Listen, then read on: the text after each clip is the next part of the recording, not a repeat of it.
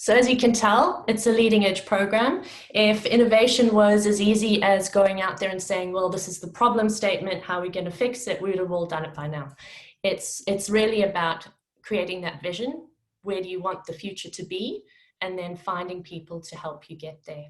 So we're using a lot of human-centered design. We're using our global ecosystem, and we're also using our water industry expertise. And as I said before, we have a great track record. So onto the next slide. What I'd like to tell you about is our first showcase. So this is our technology showcase where we will be presenting possible solutions to all of our members. And this will be happening on the 11th of November this year.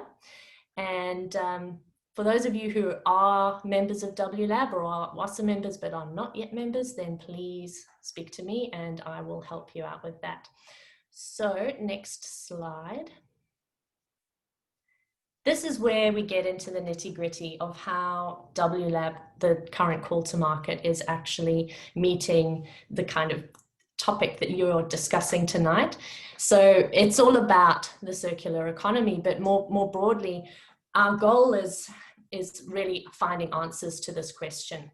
So how might we explore new markets, recover value from waste, and understand the potential impacts of new products for our customers, our environment, and our business? So we're talking about more than growing potatoes on Mars. We're actually looking at creating new products, new markets, new industries, where you're yielding a new opportunity for your new workforce and completely changing the paradigm. On to the next slide, please.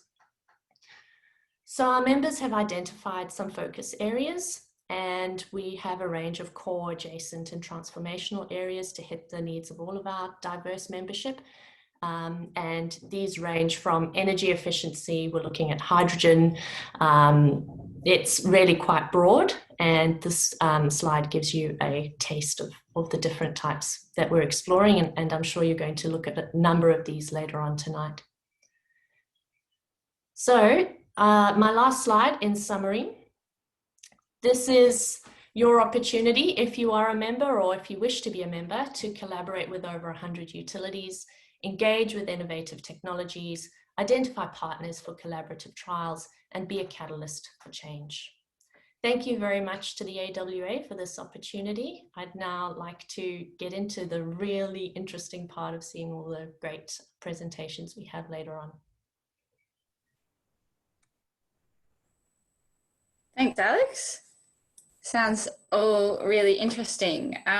So if you do have any questions for Alex or for any of our other speakers as we go through, just put your questions into the Q&A function of this webinar. So there's the Q&A is a separate function from the chat, and there's the link to that, should be the link to that down the bottom of your screen. So if you want to put the name or the topic of the what your question's referring to as well, that'll help us when we get to the panel side of things. So next up we have Erin from WSAA, and she's going to be providing an industry update and summary of the WSAA Circular Economy paper.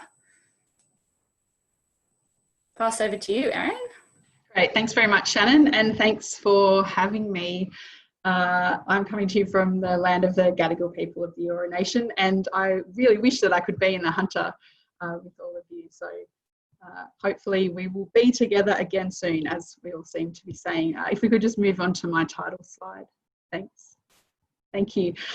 So I'm the first to admit that I'm relatively new to being in a position to speak on the circular economy, and WSAA and our members recently commissioned the Institute of Sustainable Futures at UTS to prepare a paper for us and our members, transitioning the water industry with the circular economy. And we're actually launching that next Tuesday. And when I originally signed up to present, we would have already launched it. So we're a little bit delayed, and I'm thrilled to be able to share this with the AWA members, and particularly the Hunter members. So it's a little bit of a you know, for your eyes only type thing today. So we can just move to the next slide. Thanks. So the development of the paper has been a fabulous learning experience for me, and I'm by no means an expert, as I referred to, but what I'm presenting tonight is an overview of the circular economy and some of the content of our upcoming paper, which seeks to outline key building blocks required for a water utility to transition to the circular economy, as well as discussing the value proposition and the many benefits to customers and the broader community, the environment, and to utilities themselves. And this came out of, I guess, ourselves and our members seeing quite a lot going on overseas, particularly in Europe and the UK, and wanting to bring those learnings back to Australia and put it all down in one place so that we can start to transition. So it collates existing knowledge on the contribution of the urban water industry in a circular economy, both locally and internationally, and recommends the next steps to help utilities pivot to begin or further advance their approach. Next step. Next slide. Sorry. So look, it's hard to find a more circular business in water. You all know that all water on Earth is used and reused in an endless cycle. Urban water utilities manage an essential part of that water cycle, and that creates healthy, livable communities, and simultaneously water utilities manage a significant proportion of the liquid and solid waste created by those urban communities. Next slide.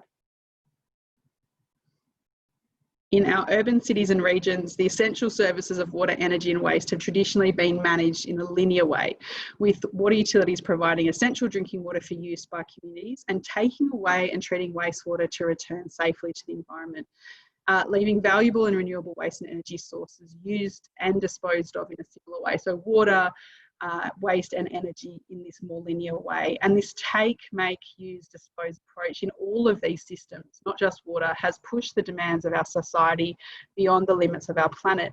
And this diagram here is the planetary boundary analysis from 2015, and it makes clear that we're witnessing a significant reduction in genetic diversity. Phosphorus and nitrogen stocks have been severely depleted, and other Earth systems are rapidly moving in the same direction. Over the past 50 years alone, human use of synthetic nitrogen fertilisers has increased more than 9-fold globally, while phosphorus use has tripled. And at the same time, the efficiency of our nutrient use for food production is poor, with over 80% of nitrogen and 25 to 75% of phosphorus ending up lost to the environment, so our rivers or oceans. In response to these serious impacts, the concept of the circular economy has been gaining traction globally over the past decade. And I'll just get you to click, and my amazing animation should just work. Yes, look at that. So if we have any chance of reversing these impacts and returning the planet to a state that continue to support our societies, and you know, that's based on our current growth projections, the way in which we manage resources, make and use products and dispose of materials needs to be transformed. And such an approach would design out waste and pollution, keep products and materials in use for as long as practically possible, and regenerate natural systems. And that is what we need to move to this more circular economy approach in the broader sense of it. So the Ellen MacArthur Foundation is a globally leading influential advocate for the circular economy, and the foundation uses the following definition for a circular economy. Next slide. And you'll see here that the definition includes 3 key principles: designing out waste externalities, keeping resources in use, and regenerating natural systems. And that's often also referred to as regenerating natural capital. And for the next couple of slides, I'm going to consider how these 3 principles can apply to the water industry. So next slide.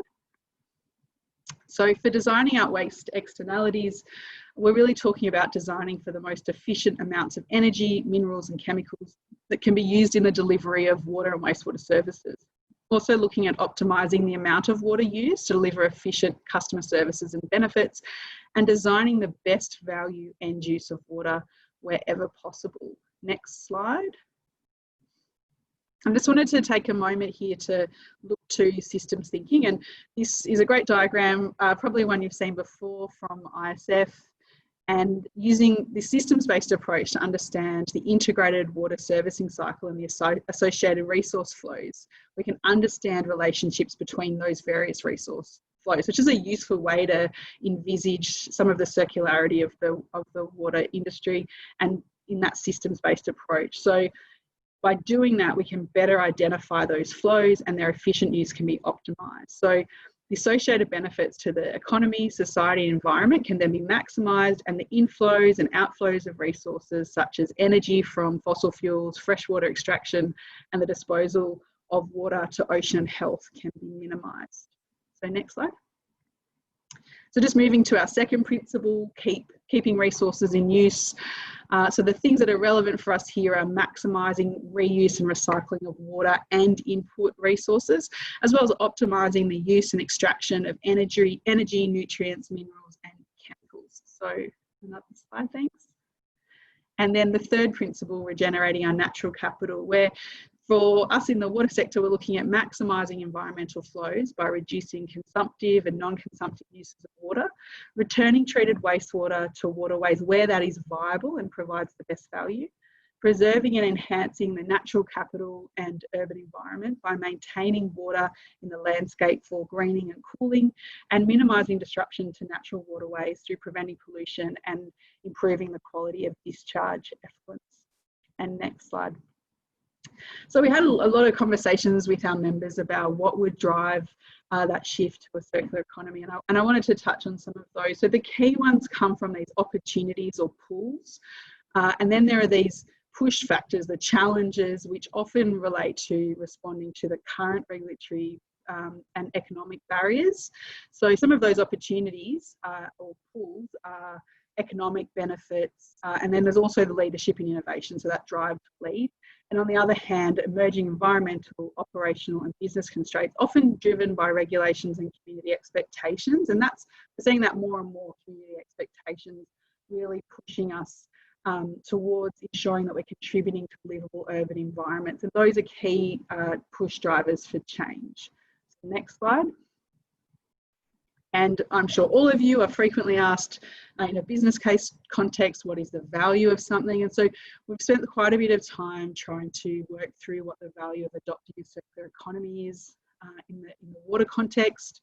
And as I've already mentioned, this long-standing linear approach of extracting fresh water, treating it, using it, collecting it and disposing of it, in general terms is no longer a viable option. And this approach, it doesn't easily allow for the realisation of this broader value. And that's particularly true in the Australian-New Zealand context, where most of our urban centres are now vulnerable to variable and declining water resources. And we're finding more and more that communities dislike the idea of disposing of biosolids to landfill or direct to ocean. So increasingly, we're seeing that's not as acceptable as it once was. And a shift from a linear to a circular economy does have multiple economic, social and environmental benefits. So it allows companies to create more value while reducing their dependence on scarce and costly resources. And a circular system that is regenerative by design, so it restores material, energy and labour inputs, it makes sense that it would be good for both society and business. And so we're looking here at these three circles, and there's some value that's attached to utilities, so optimising operational costs, deferring capital investments, leading in innovation, resilience to resource shocks, revenue opportunities and diversification opportunities, inspired workforce, which we're seeing is quite a big driver in some of our international examples, and increased community trust. And that customer and community value relates to affordable services, reliable and resilient services, the livability outcomes, so particularly greening and cooling, as well as increased local jobs. And for environmental value, we're looking to lower greenhouse gas emissions, reduce landfill disposal, improved waterways and ocean health, sustainable resource management, ecosystem protection, and increased nutrient capture and soil health. So this broad range of benefits that if you transition all the way to a circular economy, you would expect to see. And when we're implementing different projects that have those look like circular economy projects, we're seeing a mix of some of these benefits, and you certainly need to work through that, but these are the sorts of value that we're seeing from circular economy. So next slide. So in developing our paper, ICEF identified these three transition stages to a circular economy. So they're trying to help articulate what we're talking about. Particularly you hear that word regenerative talked about a lot. So just moving across the page here, we've got the sustain. So this is where activities are efficient and have a low environmental impact. So you can think about this effectively as it's doing no harm, that concept. So in many ways it would be considered to be the minimum. And often things that are in this phrase are generally all within the water utilities control. Moving to the next transition phase, we're recovering. Oh, it's not the next slide, just the next phase. Thank you. So it's terrible, that key word there. So in here, we're recovering and reusing resources. And in many cases, utilities are already doing this through water projects, or working with industry on cogeneration and heat transfer projects. And here we've got this broader environmental boundary. And then we shift to this third phase, the regenerate phase. And to get to this stage, we actually need a step change, because in this stage, we're enhancing natural, urban and social environments. And in order to do that, we need to work with the environment and with our community. It's one of those sort of harmony type ones. So we can't do this alone. Water utilities can't save the world. I know a lot of us are here, with those sorts of desires, but the way to solve all of these things and to solve these challenges and to transition is to collaborate across that broader society boundary. So to make that step change, we really need to work towards collaboration across all of the different systems in our broader society. And next slide now. So shifting from the traditional linear approach of water service planning can be challenging.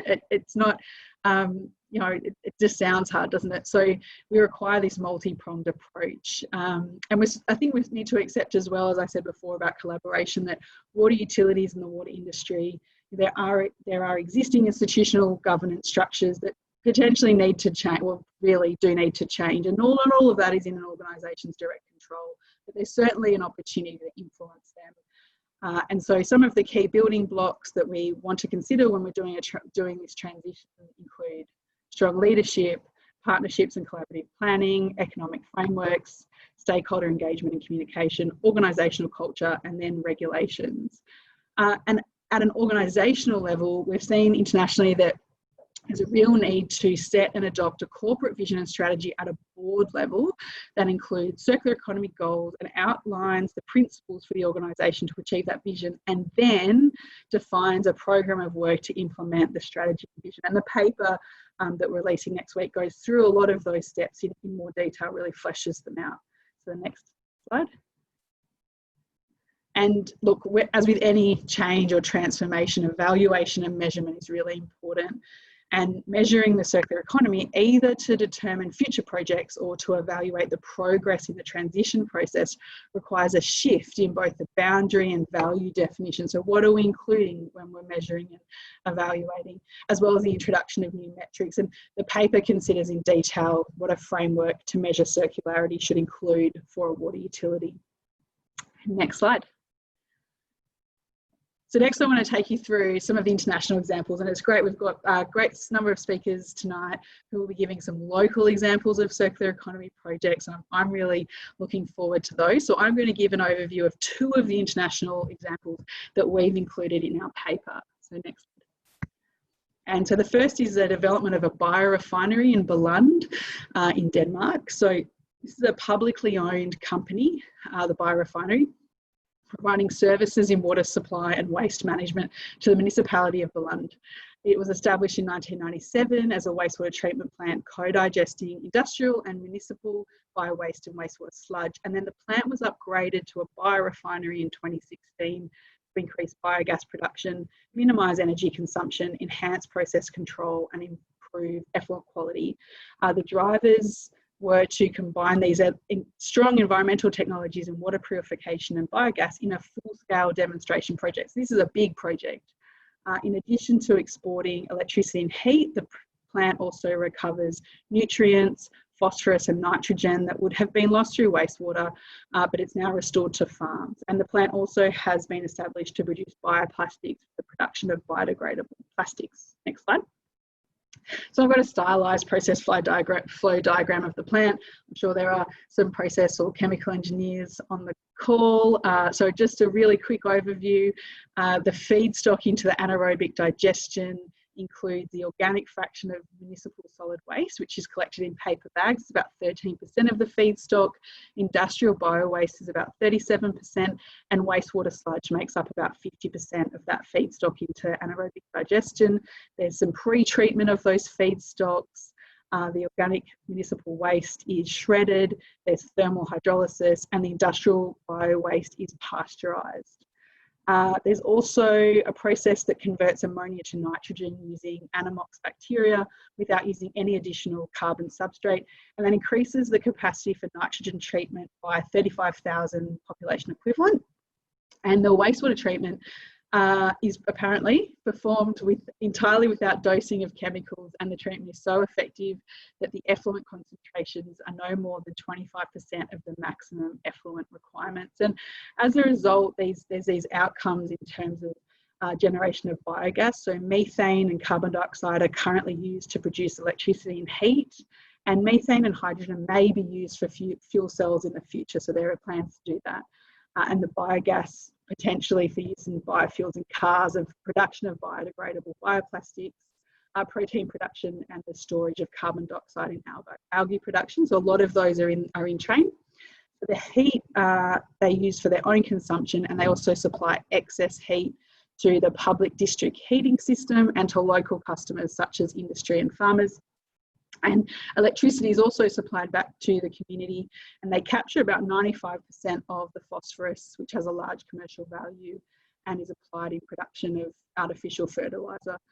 So that's the Billund biorefinery, and you can find out more at billundbiorefinery.dk. And if you ask me too much in the detail and process questions, you're unlikely to get great answers. So just heads up for our Q&A session.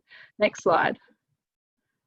So the second of the case studies is Anglian Water in the UK and their commitment to public interest. So I mentioned earlier that we were really looking at international examples, and one of the things that our water utilities in Australia and New Zealand are keen to understand is this shifting of the governance structure. So how do you get your whole utility to come together and deliver outcomes for the circular economy? And Anglian Water is a water utility that services the east of England, similar to many Australian cities and regions. Population growth and the escalating climate change emergency are challenging reliable supplies. And in recent years, Anglian have played a leading role in driving industry-wide discussions around circular economy and the associated social and environmental purpose of a water company. And while Anglian Water has striven to minimise the impact on the environment while positively contributing to local communities, they didn't have a way of codifying and measuring their approach. And so the senior leadership of Anglian Water sought a mechanism to take account of the wider impact they were having on their customers, communities, and the environment, as well as delivering a fair return for their shareholders. And Anglian was instrumental in helping or in leading the UK water industry publishing its public interest commitment in April 2019, where members each committed to enshrining public interest in their company's purpose, and they signed up to 5 ambitious goals to tackle leakage, carbon emissions, plastic affordability, and social mobility. And the result was that not only did Anglian Water enshrine public interest in their purpose, they went even further. And in July 2019, they became the first water company to lock public interest into the way they run their business. And that was with the support of their shareholders and their board. They made changes to their company constitution, which is referred to as the Articles of Association. And those were made to ensure that Anglian Water conducts its business and operations for the benefits of shareholders while delivering long-term value for the company's customers, the region, and the communities it serves, and seeks positive outcomes for the local environment and society. And this is summed up in their statement of purpose, which is, our purpose is to bring environmental and social prosperity to the region we serve through our commitment to love every drop. And many of you in the Hunter will recognise the love every drop slogan there, which came from Anglian, I understand. So as part of the change, the Board of Directors have made explicit commitments to consider the impact of their operations on communities and the environment, the interests of their company's employees, the need to foster good relationships with customers and suppliers, to maintain their reputation at a high standard, and to consider the consequences of decisions in the long term. And so to deliver on the social contract and their commitment to public interest, they're working to embed that into decision making. And since making that commitment to public interest, remembering that Anglian are a private company, they're now backed by a pension fund representing local authorities and other public workers in the UK and overseas, and they expect their articles will continue to attract responsible long-term investors who share their values. And they've also noticed a shift in the graduates that are applying for jobs. They're more competitive in the graduate market, which is really interesting for a water utility. So next slide. And coming to the end of my presentation, this is the front cover over and over and over again of the WSAA and ISF paper that we're launching next Tuesday. And our intention is that the paper is used by water utilities and the broader water sector to better understand the transformation required to implement a circular economy approach. We'll certainly be looking to collaborate with the Australian Water Association, as well as Water RA and the various jurisdictional associations. We make several recommendations and commitments in the paper, and we intend to follow up with a detailed action plan later this year. And I have one more slide.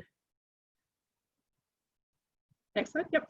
And it's just how to find me. So that's it for me. I'm really looking forward to listening and learning from the other presenters tonight. And if you did want to follow up after tonight, please feel free to reach out. Thanks very much. Thanks so much, Erin. I'll be sure to take a look at that paper when it comes out next Tuesday. Very exciting. Thank you. So now we're going to pass over to Harry from Veolia. So he's going to give us a bit of a local example, talking on the Veolia's work with beneficial reuse of Grahamstown and Dungog water treatment plant alum sludge. Over to you, Harry. Thanks, Shannon. Yeah, good evening, everyone. It's a pleasure to be a part of this event. Long-time listener, first-time presenter, so let's hope it all goes well. Thanks also to Erin and Alex. Those presentations were very informative, and it was great to learn a bit more about what's going on in your areas. So obviously, as the title slide suggests, I'll be discussing a bit of our work in the space of beneficially reusing alum sludges. And I'll briefly touch on a few of the challenges and the benefits we've encountered. So we'll jump to the next slide, please, Steve. So before I get stuck into it, I thought I'd give a bit of a background to how Veolia and Hunter Water interface. So in October 2014, Veolia was awarded the contract to operate an advanced water, 6 potable water and 19 wastewater treatment plants on behalf of Hunter Water. While the scope of this agreement has changed over the last 5 to 6 years, together we supply potable, recycled, storm and wastewater services for nearly 600,000 people. From the perspective of a potable water system, Hunter Water undertakes all water management prior to receiving this water at the treatment plant. We at Veolia are then responsible for ensuring suitable treatment of this water via the operation and maintenance of the site, before we then pass this back to Hunter Water, who will manage its safe and efficient delivery to the customer. Next slide, please. So as we start heading to the content, I thought I'd touch on the 2 sites relevant. So our first one is Grahamstown Water Treatment Plant. So this is the largest in the asset portfolio and has a nominal capacity of up to 280 megalitres per day. It has 2 separate water supplies, being the Grahamstown Dam and Tomago groundwater aquifer, and obviously they have fairly different water qualities. It is a conventional plant with 2 parallel treatment trains and typically provides between 40 and 60% of Newcastle's water. Dungog Water Treatment Plant, on the other hand, is a direct filtration plant. It's the second largest plant we operate and is responsible for about 90 megalitres per day. Both sites use alum as a coagulant and have been calculated to produce between 20 and 50 kilograms of dry sludge per megalitre of water produced. So that obviously varies a little bit depending on our raw water quality, chemical dosing and our pack dosing, obviously. We might move on to the next slide there. So one of the many challenges we've had to overcome in our time operating these sites has been, how do we manage the large amount of sludge that we're producing? So many of you, I'm sure, are probably familiar with this challenge, as alum sludges are quite difficult to to manage, essentially. Using a linear approach, which Erin has already touched on earlier, the typical method would be to dispose via landfill. Circling back as well, Erin, it was great to hear you mention the Ellen MacArthur Foundation earlier in your presentation. It's a great organisation with many informative documents discussing this philosophy of a circular economy. So if anyone listening hasn't seen it, I definitely recommend having a look. Nonetheless, in collaboration with many industry partners, they've proposed these sort of 3 tenets, which Erin's already discussed. And while not in this explicit language, we use specifically, I guess, the design out waste and keep resources in use philosophies to really direct how we wanted to approach this challenge. So in late 2016, Veolia put together what we call a rapid action team to work on this challenge of how we deal with up to 10,000 tonnes of alum sludge per year. We came up with a number of options, including changing coagulants to something, say, ferric chloride. Obviously, there are a number of challenges involved with that. And another option was to look at treating the sludge further to produce a useful product, which is being explored by a number of other parties, I know. But in our timeline and with our resources, it really wasn't feasible. So a third option, which we decided to follow up with and was deemed the most reasonable and practical for us, was to look into beneficial reuse options. So we'll jump to the next slide, please. In approaching this sort of selected option, one of our first hurdles was navigating the current waste regulations. And basically at the moment, you're not able to just simply go out and put alum sludges wherever you want, and there's good reason for that. To overcome this hurdle, we really needed to explore, I guess, what we were intending to do with the product.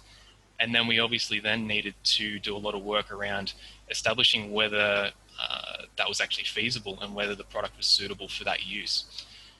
So we had to complete an extensive range of testing. So this was, I guess, leachate analysis, covering probably most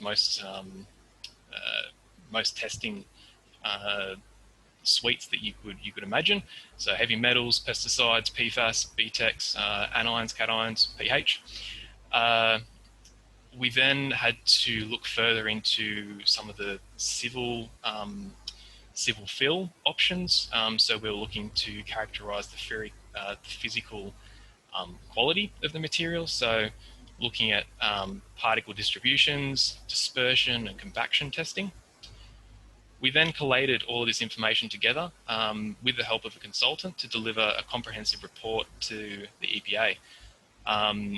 And with a little bit of back and forth, we were able to successfully negotiate a resource recovery exemption, which allows us to reuse this material in certain conditions. So next slide, please, Steve. So this is fantastic. We've got an exemption, but we now need to figure out what are we actually going to do with it. So we had to identify and establish relationships with a number of businesses. And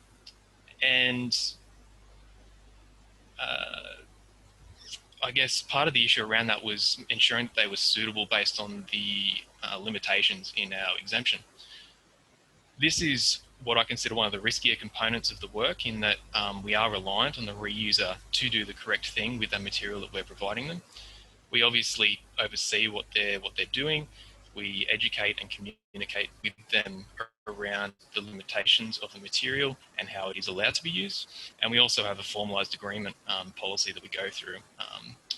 But ultimately, it does rely on trust, and so it's important to select who we want to give this material to. So our first approach was to go to people we know. We have a number of golf courses who reuse recycled water, as many of you probably do as well. The challenge we had in a number of those scenarios was that basically they were low-lying and they had high water tables, which meant that we weren't able to apply material in that area. One of the first sites that we were successful with was out at the Brankston Golf Course. So they were looking to do some landscaping, and we were willing to trial this material and have subsequently come back and decided to use more. There's a few images there that sort of show one of the first iterations of that work. Our next challenge was related to our waste handling system. So sludge lagoons are by design batch operations, and essentially this means that we have no product for long periods of time, and then we have a very large quantity all at once. So we've had quite a few challenges, I'll say, in trying to establish long-term partnerships, which really is the end game in this work. So we've had to do with each iteration of sludge produced, essentially cold call and find people who are suitable and willing and have a need for our material. So in the last 2 to 3 years, our main reuse sites have largely been, I guess, community recreational sites. So a couple of them are the Maitland Sports Complex, the Brankston Golf Course, and the Crown Plaza. We'll jump to the next slide, please, Steve.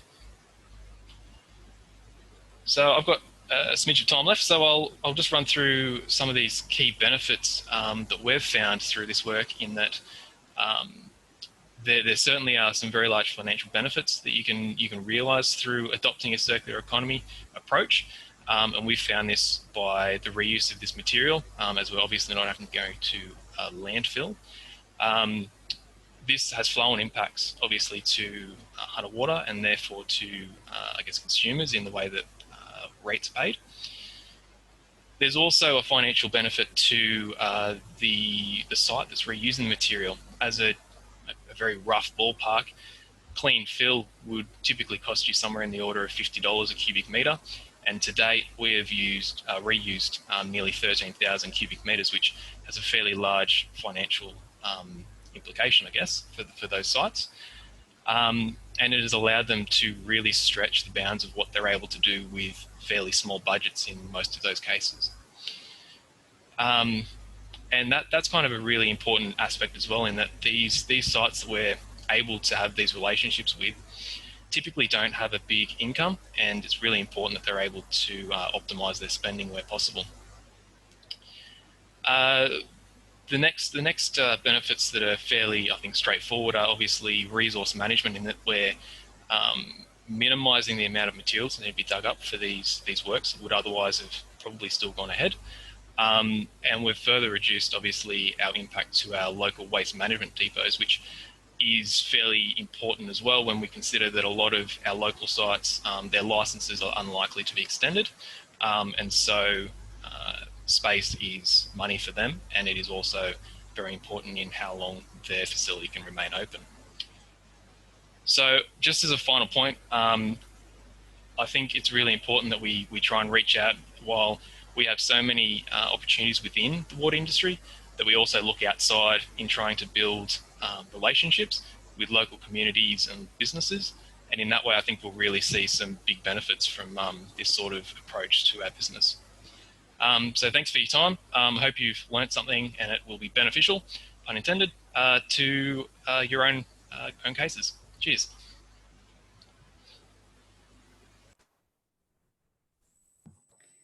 Thanks for that, Harry.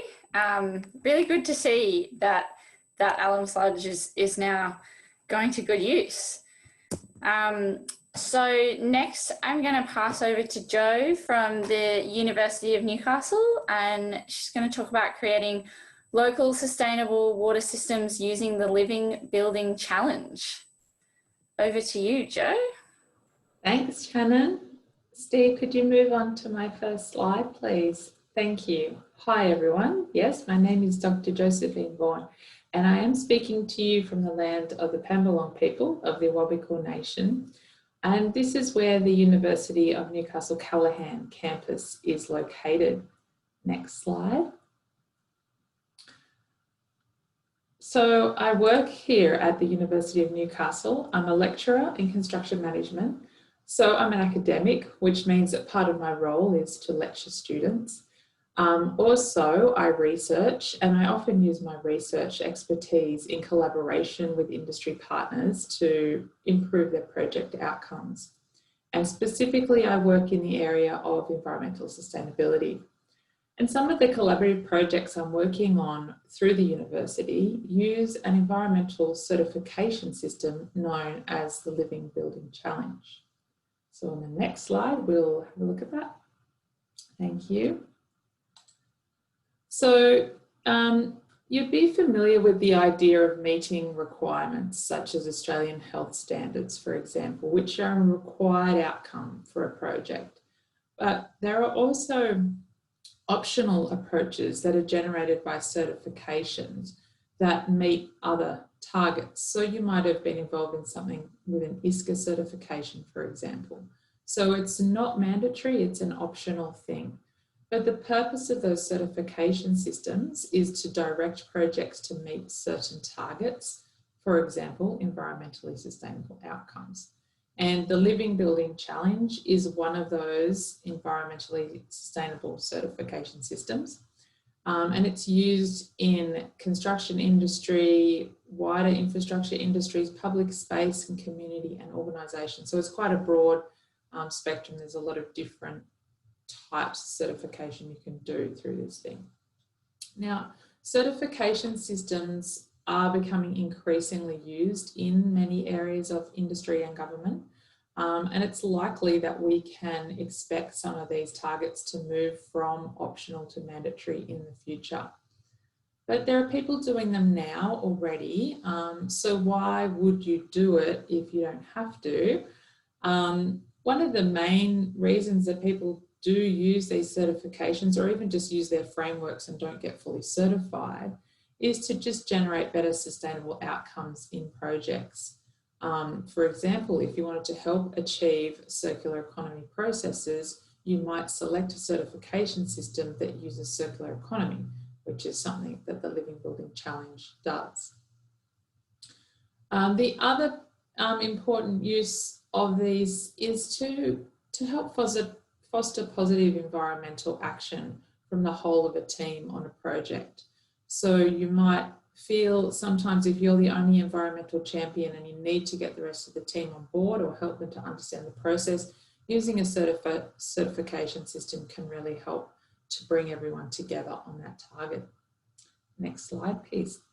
Please do. Thank you. So the Living Building Challenge it's a building and community development certification system. But it's, a lot of these certification systems are just kind of one issue things like energy reduction. Energy reduction is a really good target, but environmental situation is much more holistic than just sort of single targets or tick box answers. It's something I really like about the Living Building Challenge. It's very rigorous, engaging, holistic relationship with a project and the local community and the site.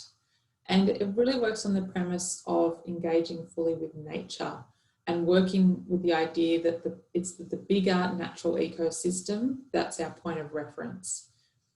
It also works a lot with regenerative design. So as Erin was discussing, and it's about the idea of producing positive outcomes for the environment, not just best practice, but beyond that. What can we contribute back to the environment, to community, and to human health? And the Living Building Challenge asks us to develop those relationships. So in the end, any project that uses this approach has a really strong relationship with its site and its human community. Next slide, please, Steve. So the Living Building Challenge works with a set of 7 criteria, and many of these use closed loops or circular economies because of this whole idea that the environmental sustainability and self-management. Next slide.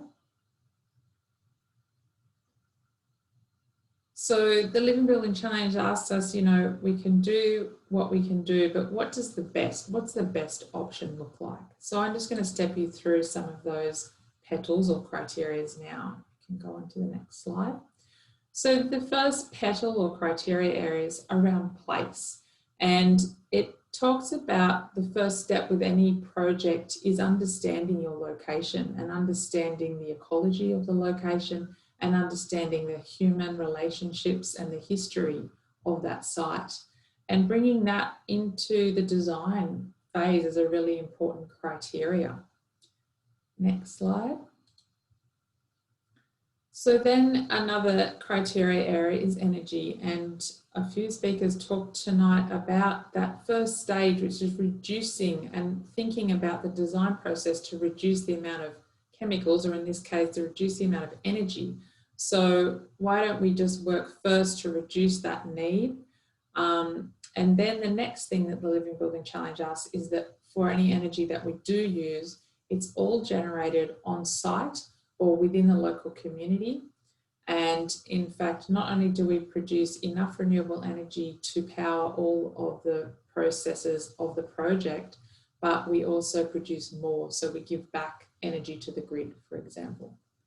Next slide. And in fact, if you can just kind of scroll through this slide and the next slide and end on the beauty slide, because these three criteria talk about the relationship of humans and projects. And this is a bit of a different take that the Living Building Challenge has for a certification system, but I think it's a really important one because we need to relate our projects to the wider community. And this provides a way to do that. So it recognises that humans have health needs and they have needs on a site. So the workers need to be entitled to have full access, universal access, no matter what their personal story is, that they can come in to be part of your organisation, but also that the outside community can see a project for a site project, for example. So if you think that your water processing plant is just an ugly functional item, it's not really. I mean, if you think about the work that you're doing, it's vitally important. And it's really great for the wider community to understand what you're doing. So using any project site as a way to educate others and educate them about what you're doing in the water process and maybe the great work you're doing in circular economy of water as a really important target for the Living Building Challenge. Next slide, please. So another criteria is the materials. So everything that goes into the project comes from a responsible source. That reuse, again, another circular economy comes into effect with what is used. That waste, it's totally reduced or zero for the construction process and then for the ongoing use of the function of the building or the project.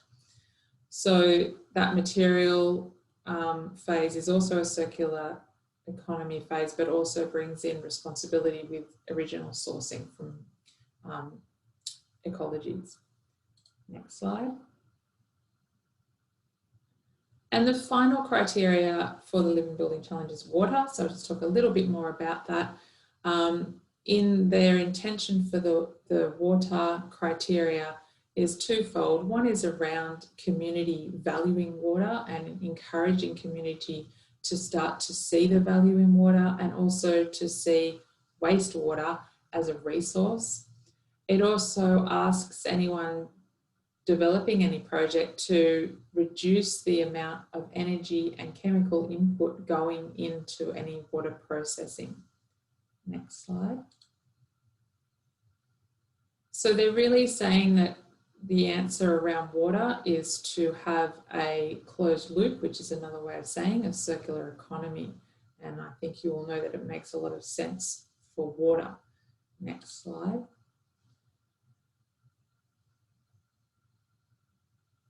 So the advantage of this closed loop water system and using the certification system, it's based on individual sites. So the Living Building Challenge asks that every project site or local community looks after its own needs in terms of water. So all of the stormwater, potable water, grey water, black water is all managed on site in a closed loop system, a circular economy approach. Now what this does is it decentralises the infrastructure and it reduces the demand on the centralised infrastructure, and it's already been discussed tonight as well as a real advantage of taking away that burden in one particular area and spreading it out around the community. That also develops a resilience for each individual site, so that one thing, for example, for any living building challenge, that they would have 1 week's worth of water supply on site in case of any emergency situation. Next slide. So I hope that you've received some amazing information about the Living Building Challenge, and maybe you're inspired to create a living future. How can you go about that? The first thing to do is you can have a look on the internet, search for Living Future Institute, and you don't have to join the challenge or do a whole certification. You could just use these criteria as guides in your own sustainability practice. Are you meeting all of those criteria? It's a really great guideline. I think also a good message is that you can use your projects as a tool to educate on the excellent work that you're already doing in water or in circular economy of water. And that really creates a genuine involvement with the local community. And the last thing, and I think everyone else sort of concluded with this as well, is that the circular economy, it can be difficult to achieve. Firstly, possibly because the community or organisational acceptance isn't there yet in every sector.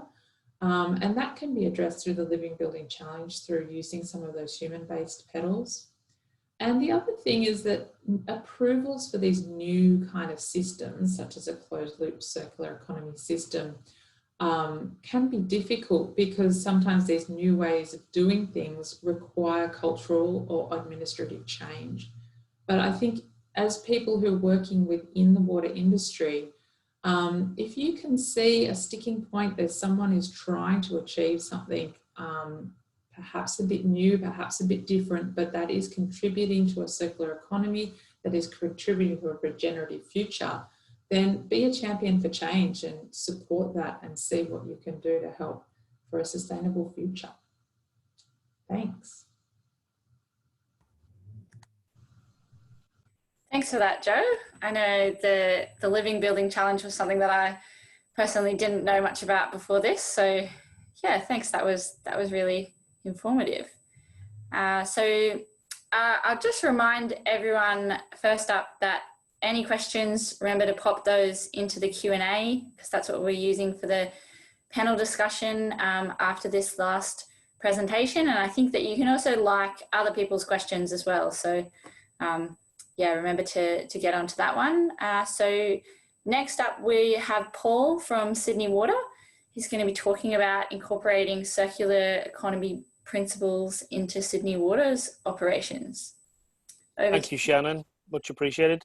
Thank you, everybody, and good evening. I'm Paul Hyam. I'm the Head of Strategy and Corporate Social Responsibility at Sydney Water, and I'm just going to talk about the work that we've done over the last couple of years to integrate circular economy thinking in our way of working.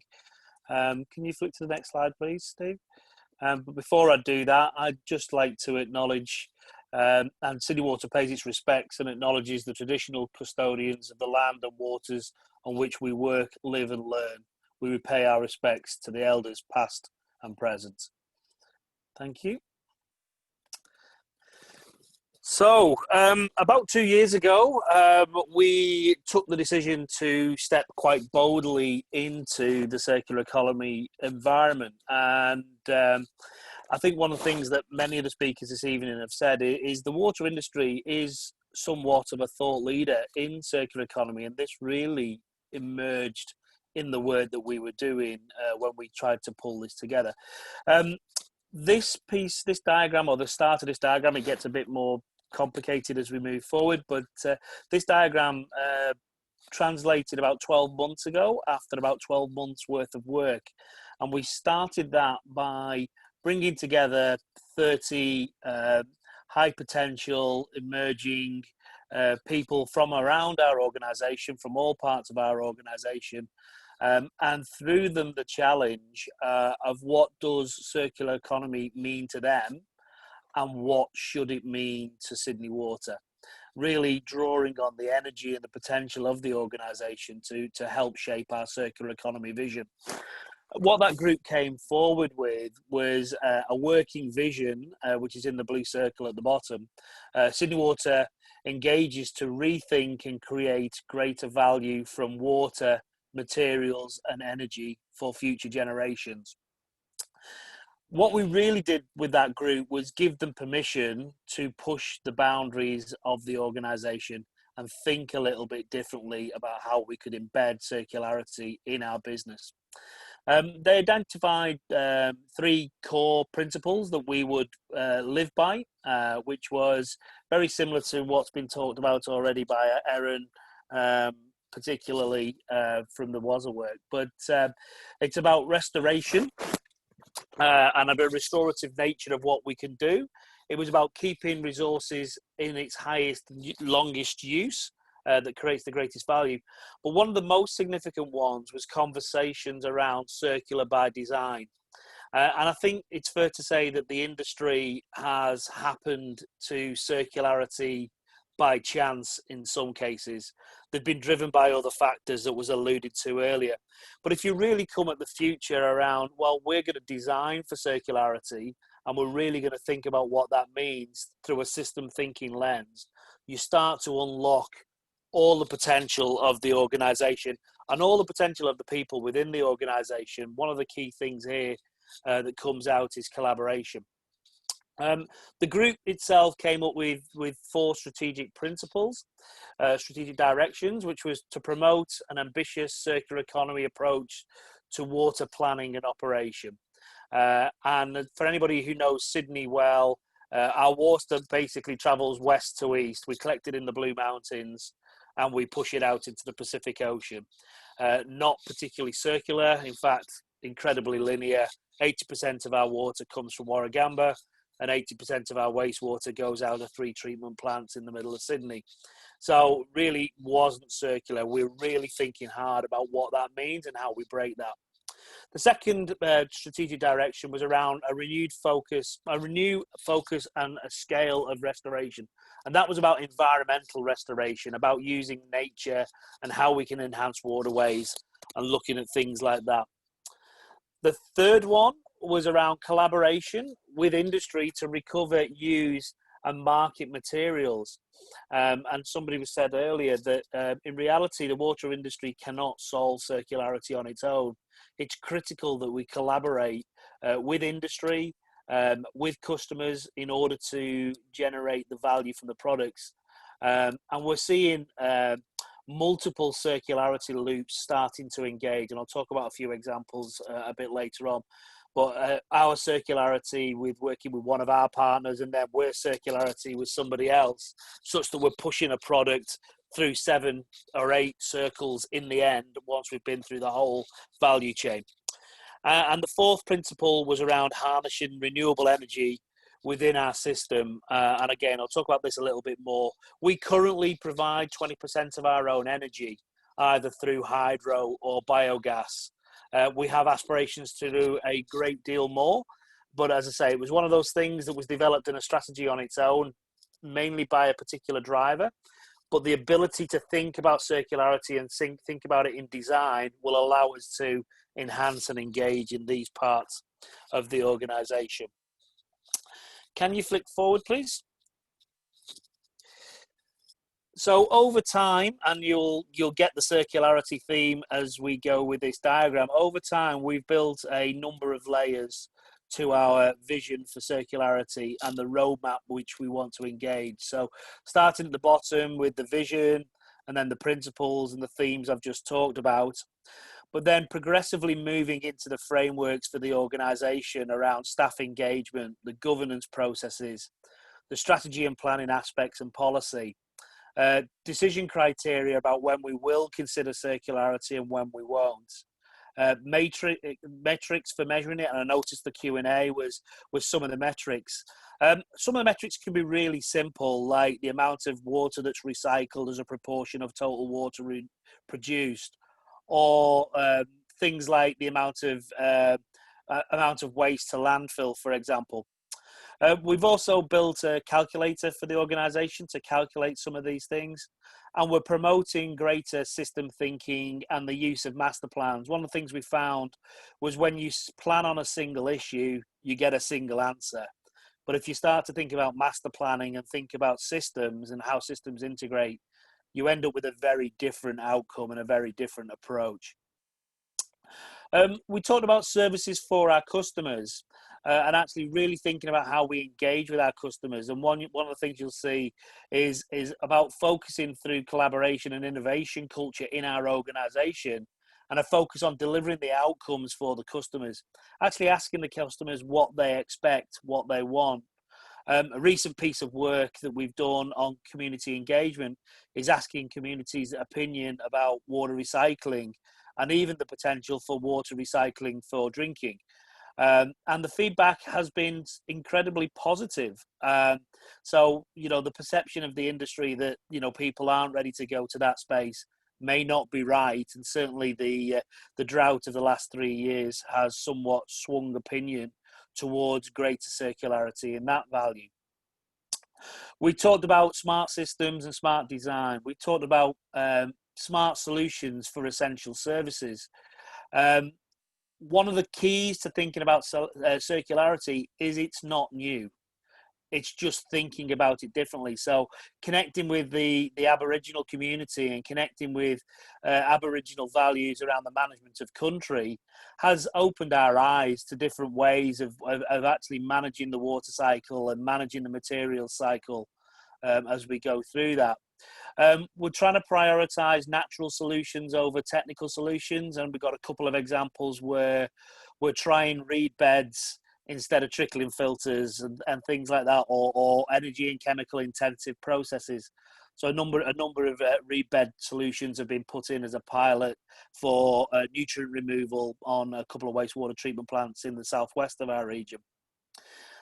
Network of research on resource recovery, and we work with ISF and various other universities around the city, around Australia. But also tapping into IELTS work in the UK and water research communities outside of the country to gain an understanding of what work they're doing.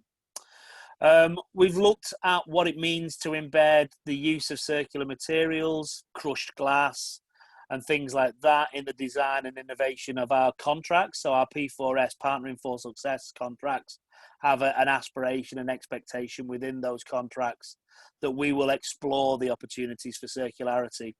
And there's two on renewable energy. There's renewable energy contracts, how do we actually buy green energy from the market, but also renewable energy partnerships. So how do we actually work with others to increase renewable energy? And that doesn't have to be solar. It can be wind, it can be biogas, and we can look at different ways of achieving those outcomes. We've also talked about the partners that we want to work with. So working with our customers, working with the Greater Sydney Commission, the Aboriginal community, councils, Infrastructure New South Wales, Department of Planning and Industry, business customers and household customers.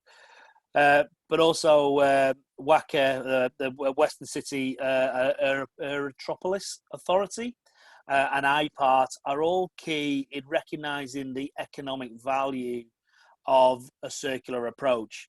And it does take some persuading to move from a traditional linear approach to extolling the virtues of a circular approach and the economics that it creates. We've also talked about open innovation, so actually putting out to market innovation challenges, promoting greater co-design approaches, building a circular economy network and working with government in that space. Lisa McLean has now got a role in government around circular economy in New South Wales, and we've been looking to talk to that group more and more about some of the opportunities that presents, and actually thinking about how we can open our assets to others to actually trial and test things rather than necessarily do it ourselves. So a whole heap of opportunity, and it kind of spawns from having a clear vision and a clear aspiration of what you wanted to achieve. And that was delivered over about 12 months as the team worked through the various issues and various opportunities that emerged. What we then did is, obviously this was a bit of a desk exercise and a bit of a view of what we could do as an organisation. But then we asked ourselves, well, how do we actually make this real, and how do we actually make it on the ground? And Steve, if you can flip to the next slide, please. So we looked at Western Sydney. Western Sydney is one of the fastest growing areas in the world in terms of population, and particularly our Greater Sydney is going to see another 3.2 million people by 2050. But particularly Western Sydney is a greenfield development opportunity and allows us to think about circularity by design. So we've been really thinking about what are the impacts of climate change. Some of the decisions that we will make now will be in the ground in 100 years' time. So thinking about that in a circularity approach now. And the single use of water makes no sense for a city like ours in the context of what we've got with climate change. So really thinking about how we can unlock that potential. But looking at the whole resource suite, so it isn't just about water or the environment or materials or energy. Actually, what Josephine said earlier was treating wastewater particularly as a resource, and a wastewater has the opportunity to create this nexus between water, environment, materials and energy all in one go, and thinking about what that can create. A circular economy can be used to reduce carbon emissions, but it also can reduce the virgin materials that Harry mentioned earlier, and actually reduce the take of virgin materials from the environment. So again, another really important aspect. It can create new revenues and resources, and what we're actually looking at is the likes of our grits and screenings becoming aggregate for asphalt, and be used for roads, and again changing a different way of approaching these things. And a lot of our major customers and new customers are actually insisting on a circular economy approach.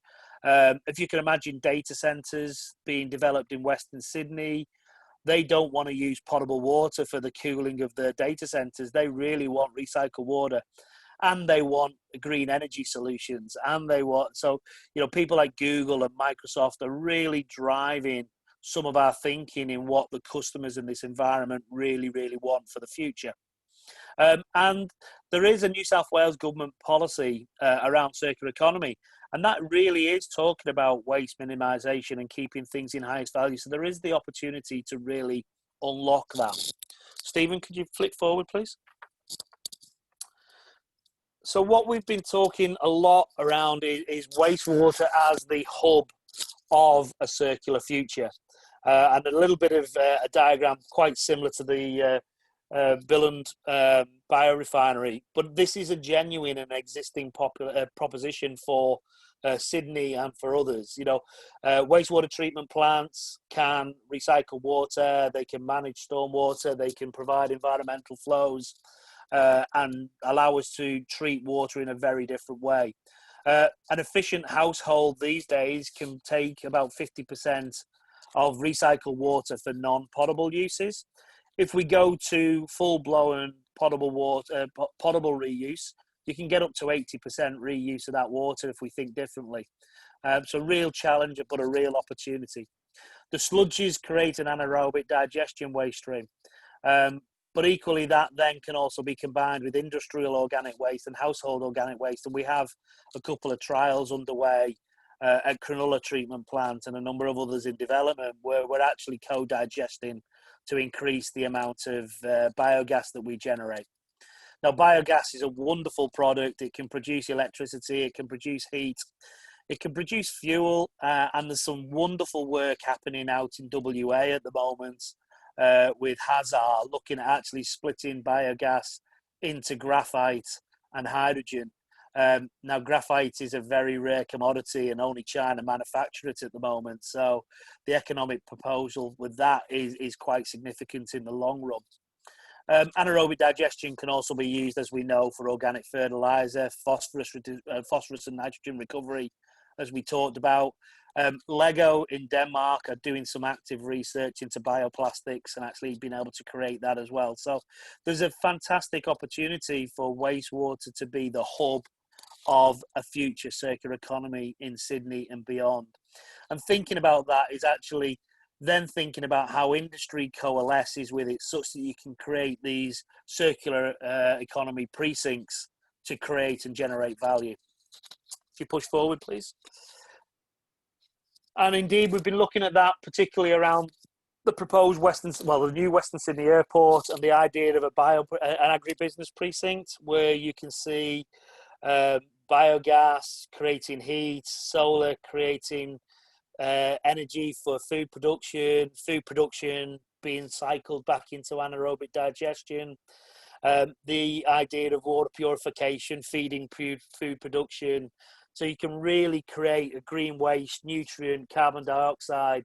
One of the things that we've found out with potential intensive agriculture is carbon dioxide can produce increased food production by up to 30%. So really is a large opportunity in that space. The hydrogen market is also about to emerge. And the idea of green hydrogen using recycled water plus recycled solar energy, meaning that it is genuinely green and taking fully renewable sources, is a proposition that we're currently exploring with government.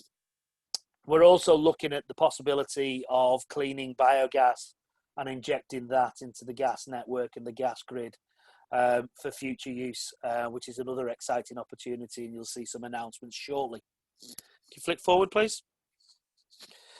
What we've found and what we've looked at is actually what does it mean to plan a city differently? And I love these kind of diagrams, these Sankey diagrams that kind of see the nutrient and energy flows that would happen, and actually the ability to really move from what we've traditionally had as a drain city where we provide water and we push it out to the ocean, all the way through to a water resilient city where we're actually keeping the amount of product in circulation, as well as biosolids, as well as stormwater, and actually significantly reduce the amount of energy that we need as we go forward.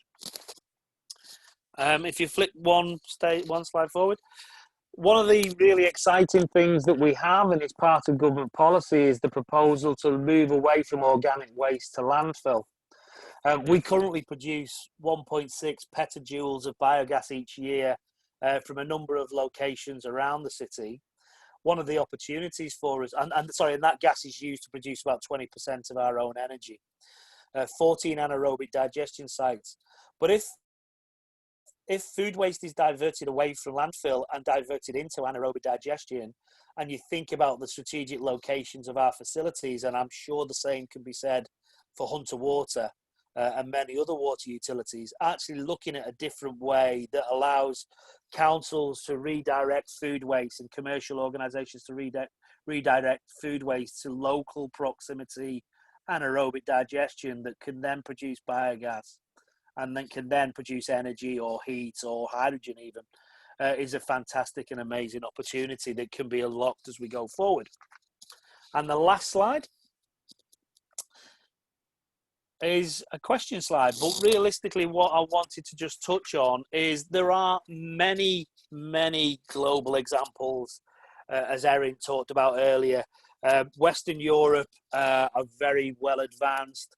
The UK do an awful lot of biogas injection to the grid. The hydrogen economy is emerging. The ideas of using glass, crushed glass, which New South Wales has a mountain of, for a sand replacement for pipe fill is a big opportunity. Using grits and screenings as asphalt material. So when we actually looked at our portfolio, in the next 4 years, we have at least 76 opportunities that we are exploring that would allow us to unlock circularity from our part of the industry.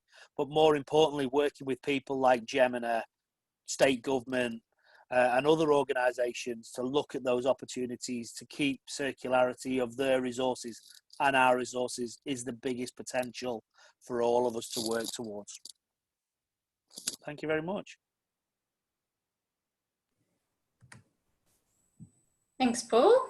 Really interesting to hear what Sydney Water's doing in that space. So there's still a chance to keep popping your questions into that Q&A function, but now's the time where I'll pass over to Steve to facilitate the Q&A session. If I could just ask all the speakers who will be our panelists to turn back on their video so we can see you all. And I'll pass over to you, Steve. And also to unmute if you could. Thank you very much to all presenters. That was fascinating.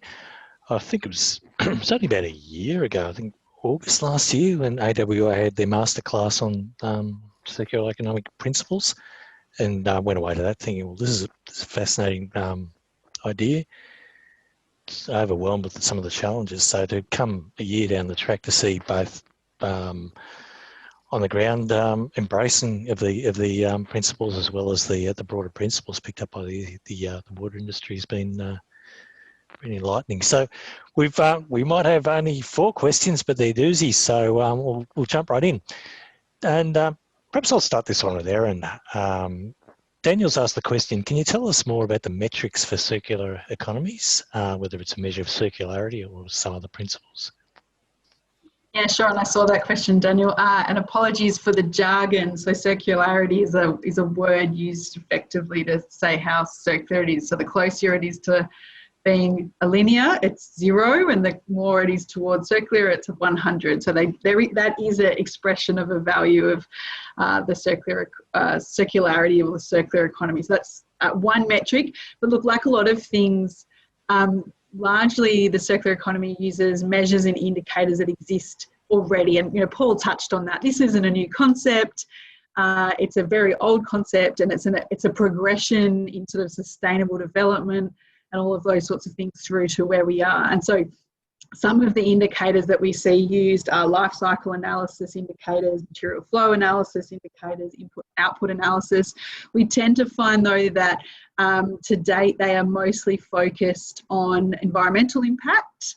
We don't see, in general, we are not seeing as much on that externality and value and benefit coming through. Those indicators do exist, but they're not adopted as broadly. And also, I think we're generally adopting some of the broader community values. However, I will note that, and Paul addressed the 4 capitals approach, and Anglian uses 6 capitals approach, and there are measures and frameworks within the capitals approach that allows you to measure the extent to which you're delivering on those outcomes. So there's heaps more detail in the paper that we're releasing, but it's largely indicators that indicate the level that you're achieving this circularity, to use one of those terms, but also we are relying on a lot of indicators that already exist. It depends on the outcome that you're looking to achieve.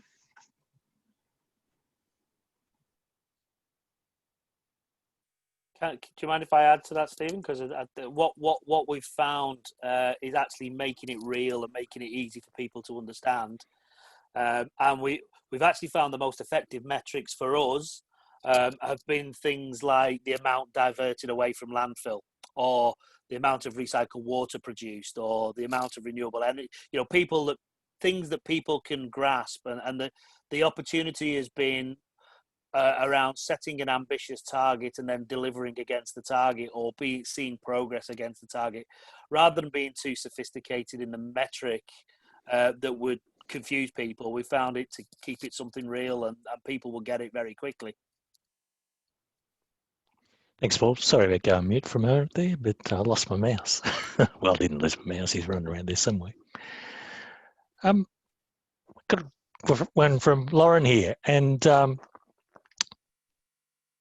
is more very broadly. Oh, sorry, the first one from Lauren is aimed at Paul, but maybe Joe and Harry can jump in as well and give their thoughts. So, Paul, you mentioned marketing materials. How is Sydney Water going about marketing these principles, as I assume financial outcomes for the utility have been a significant consideration in the journey? Yeah, so the economics and the finances obviously are a key factor in all of this. At the moment, it's probably more markets in relationships. So we are approaching various providers for things like the grits and screenings. We approach various organisations and are having conversations rather than marketing materials, actually advertising. But one of the things that we are working on is a material, for want of a better description, material data sheets associated with biosolids. And trying to communicate and articulate the economic value associated with the amount of nitrogen and phosphorus that's included in those products. So effectively trying to say to farmers, this is how much less manufactured nitrogen or how much less manufactured phosphorus that you would be required because this product contains it. And we've tended not to really do that in the past. We talked about we just want to see it as a waste and get rid of it, rather than actually this has an enormous economic value to farmers and the community because they're not having to buy hundreds of tons of manufactured fertilizer to replace that product. So we're really thinking about how we're going to market it in the place. A couple of the things, really simple things, are just videos. A couple of Facebook videos around the value and the quality of agricultural productivity as a result of biosolids. We're also looking at other things like seeing is believing. So one of the things we've got on the go at the moment, one of the initiatives, is actually showing developers what a biosolids garden might look like, i.e. they don't need to go and buy soil from or compost from an organisation. They can take bio-waste and look, it's just as good as anything else, and it grows wonderful plants and all that kind of stuff. So we're building a couple of things that we can showcase people with and take them around. There's a lot of seeing is believing at this very early stage. Yeah, I could add into that, Paul, that people don't really know what they need to know. And because this is such a new area, we've found a lot with circular materials that using something like, those certification systems, even they are still very early and complicated, and people don't know what they need to know about particular materials, or they don't know what those benefits could be for them. So a lot of it is just kind of communicating to the end user what's the whole point of this. When you get really involved in it, you sort of forget to step back and say, oh, well, if no one knew anything about it, how do you introduce that to them, and how do you give them clear information? Especially going to the future when they might need to know it. There'll be a sudden rush for how do I get all this stuff? But if we've already people are working in that area now, like you are, getting that information out in a clear and digestible way is great. Next question's from Alexandra, and certainly this targets all the panel. The question was aimed at Paul, but again, I think the panel can all share their views on when you mention the need to work with economic regulators in the community and other utilities in delivering circular economy projects. Have you faced any barriers about bringing the community or regulators on the journey, given how different they can be from least cost or business as usual outcomes? Hi, Alexandra. Wonderful question. I'm glad you asked it. It's linked to the earlier question from Lauren as well around the barriers and challenges. So being a regulated water utility, the ability to work with a regulator to allow you to acknowledge and recognise broader economic benefit has been one of the most challenging, but one of the best conversations that we've had. Now, IPART have been very clear with us now that says, if your community demonstrates a willingness to pay, and you can show us that, we will allow you to do it effectively. And allow is a very broad word, but you know what I mean. Now, that requires then a degree of effort to go and have the demonstrated economic value with the community and actually get that customer insight. So that's been one of the big learnings and one of the big opportunities. IPART have moved a lot of things in recent years to allow those economic benefits to be recognised for things like recycled water, and that opportunity will expand. But if you ask the community, we've found so far, and I mean, it's only a small test, but we found so far that if you describe one future and describe another, there's certainly a strong leaning towards keeping resources in circulation and a progression towards, and we're willing to pay a little bit more for that. And that's been a really exciting proposition for us. And can I add to that, Steve, is that okay? Yeah, So perfect. I think what Paul says is exactly right, that IPART at the moment requires this willingness to pay in order to allow the funding. However, the way that an economic regulator works is if there's a piece of paper, a policy document or a piece of legislation that describes an outcome for a community, and Sydney Water or another water utility, Hunter Water, has a clear role in delivering that outcome, then Sydney Water can go ahead and find the best solution, and there is a least cost basis, but potentially incorporating further willingness to pay that delivers that outcome. So IPART is partly constrained by the role and functions that currently Sydney Water and Hunter Water have in their operating licences and the broader legislative context. So if governments decide that water utilities have a broader role to play in livability, in the way that they operate, and if they help reconstruct the way we think about a circular economy, then an economic regulator is going to allow the funds to achieve that outcome. So I think it's really important for us. Absolutely, IPART's changed the way they do things, and they're being more open to considering willingness to pay, and so not always going to least cost. But I think it's really important for us to acknowledge that actually the way to change the way the regulator funds us is by changing the legislative role and being clear on roles and responsibilities for how water utilities play in this space. And I think that goes to the heart of Karen's next question that's on the piece as well. It absolutely goes to the heart of that.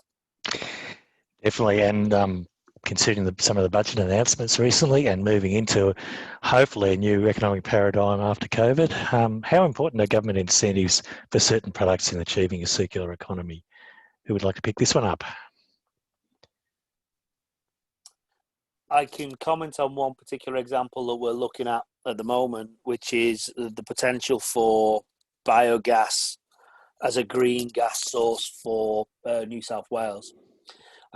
If you look to Europe, it's very strongly incentivised by most governments, and as such makes it a really viable proposition for water utilities. In Australia, none currently exist. We're hopefully going to be looking at the first one within the next 12 months. But in order to make that economically viable, it will have to be underpinned by incentives in the long run, or a recognition of a green premium to move away from fossil fuels. So definitely a challenge.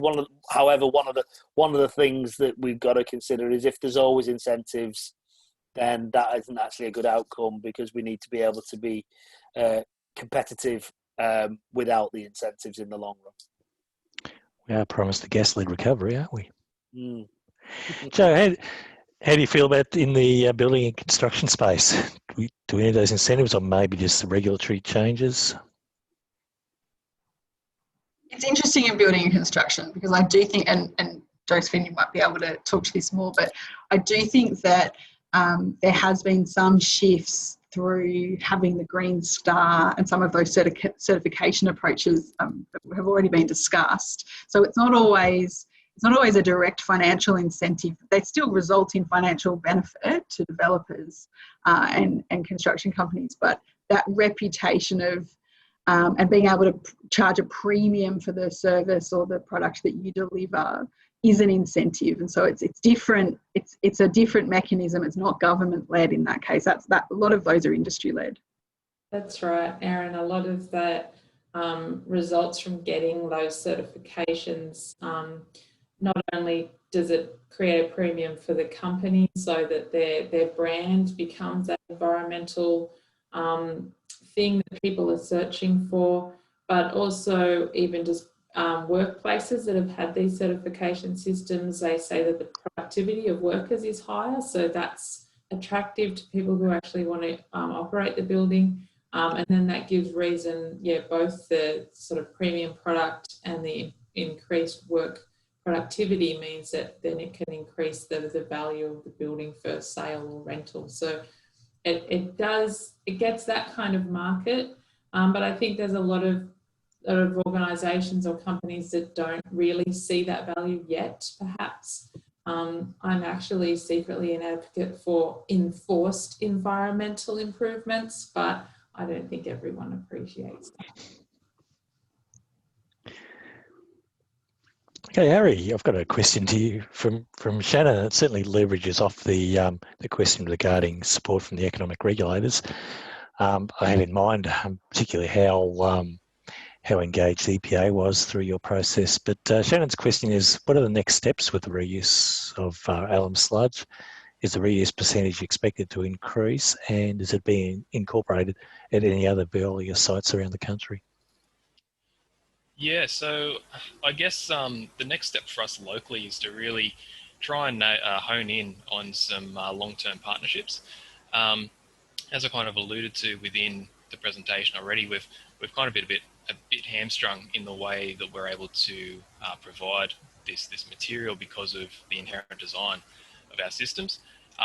But I guess the hope would be that at some point we may be able to look at, I guess, the collaborative approach across the broader business, in which case we may be able to, in a more feasible fashion, provide, I guess, a sustainable product, which we're able to be more reliable in supply. In looking at it from that point of view, some of the areas, I guess, touching on the civil space, is that the challenges there have really been around, I guess, having the product when it's needed. And so I think that's really been the space that we need to work on at the moment. Thanks. Daniel had a question. So how tightly does solar energy fit into the circular economics principles? Daniel in particular would like to include it, but I'm not sure if it fits within the broader narrative. So look, my understanding is that certainly as a renewable energy source it fits in, and the challenge with solar, so photovoltaic cells, is product stewardship. So it's around what do you do at end of life and how do you source the materials required in the PV. So as a renewable energy source, it fits into the circular economy, but the additional principles around getting rid of that, the waste externalities and reusing and keeping resources in the system is the challenge for photovoltaics, like it is the challenge for so many different types of products and materials. Paul, have you considered it as a key part of your? Yeah, I mean, practically we've come at it from the energy, water, and materials. We're saying what are the opportunities to change differently, and how can we become more localized as well. So we've come at it from, in this aspect, possibly not full circularity as Erin's just alluded to, but as a fundamental practical approach of what we want to stand for is more around carbon reduction and all that as well, and the aspects associated with that. So it's finding that happy balance. But yeah, we fundamentally believe it's part of the process. One of the big markets that will happen within the next 10 years is the use of solar for hydrogen, and that'll unlock circularity very significantly. Thanks. Okay, I've saved Lawrence for last because it's a great little closer. Okay, for all panelists, what would be the biggest one or two challenges or barriers you have faced in your circular economy journeys, and how have you overcome these?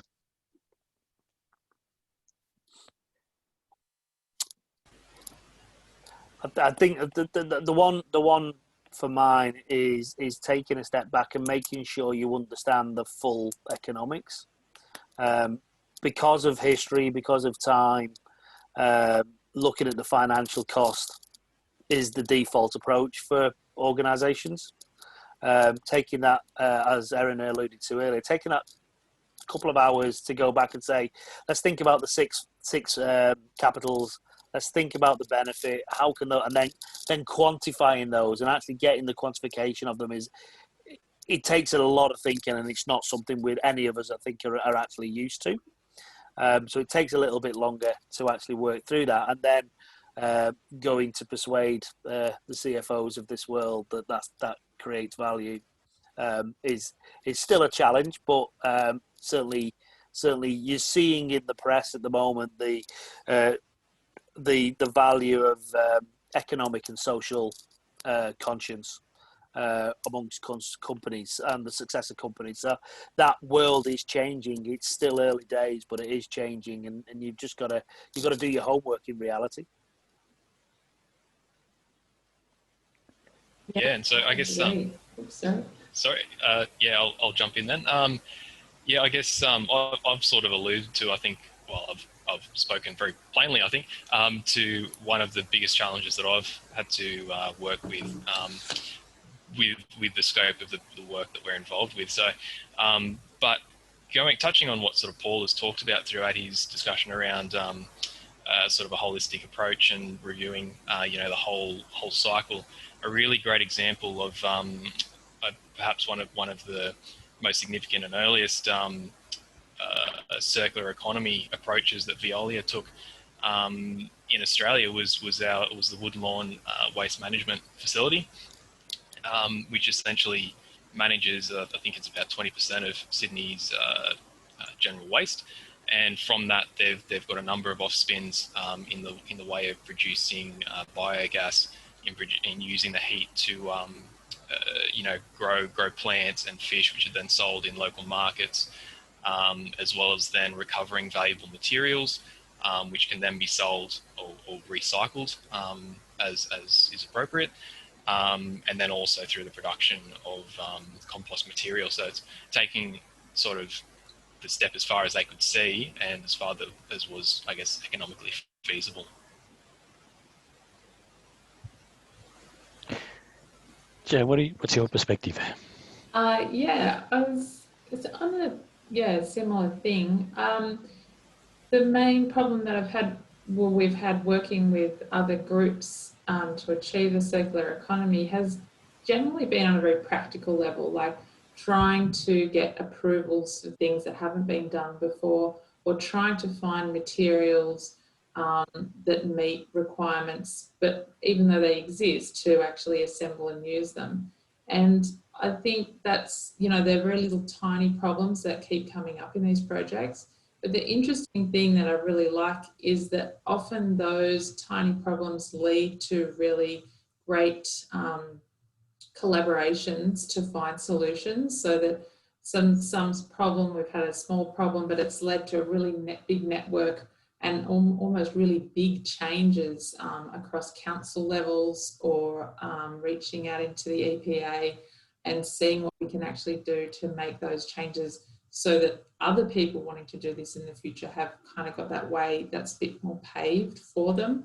And I think that kind of collaborative approach and finding lots of people who are really interested in this area and really willing to step out beyond what they're doing to get involved, that's been really inspiring. Erin, I reckon you'd be challenged to narrow it down to one or two challenges, wouldn't you? And we've got a paper full of them, and hopefully an action plan to address them, so we'll see. But certainly what I hear is similar to all the panellists have touched on it, but particularly Paul, which is getting to that decision-making framework. So coming back and going, we'll step back and how are we making that decision? And I think I hear from some of our Australian water utilities who are doing circular type of, the water energy nexus type projects, and have been for some time, is that step change from a pilot project into a whole of organisational approach, which is what Sydney Water is looking at doing, what Yarra Valley in Victoria is looking at doing, and there are some others as well looking at how can they do that in a broader scale, is to not take no for an answer, and to, I've heard, ask forgiveness rather than permission. So, I think that covers a lot of different things, but certainly we hear that where utilities are just going out and doing it and collaborating and going out into communities, as well as doing the work internally to align decision making. That's where they're seeing success. But, I think there's a lot of learning to come. Yeah. I'd very much agree. It more than disruptive technology, it's disruptive policy fundamentally. Well, I think we've touched on the final question, but during your individual journeys on circular economy so far, how much has been about strategy and communication versus technical and engineering solutions innovation? Really hard one to gauge, but is there a balance, or does one preclude the other, or precede the other, I should say? If you haven't got the ambition, you'll never find the solution. There's plenty of solutions in the market, and there's plenty of opportunities. For me, it comes down to strategy, leadership, and ambition. Yeah, I'd agree with what Paul said there. I mean, realistically, we can do anything. There's people within the business, there's people outside of the business, there's people working in all walks of life who are able to provide insight into whatever challenge we may be facing. But ultimately, it comes down to, I guess, convincing people that this is the direction and that this is going to provide positive change in more than one aspect of the business and community, I guess. And I would just add clear communication and setting really clear outcomes. So the leadership to then achieve those outcomes, but everything that was said. We better wrap up. It's been a fantastic discussion. Pages of questions here, but we'll honestly be here all night. And I think the fact that we have been able to have this discussion well past the deadline indicates that we're really hitting a topic here that is sparking everyone's imagination. So I'll just hand over to Shannon if you want to wrap up. And thanks again to all panelists for your contributions. Sure. Yeah, I just want to say thanks again to all our speakers and panelists. Thanks to Isle for sponsoring and all of the principal members up on the screen. Thanks, everyone. Have a good evening. Thank you, everybody. Thank you. Thank you. Thanks to everyone, and thanks to all the participants. Everyone. Thanks for joining us, guys. Great. Good night.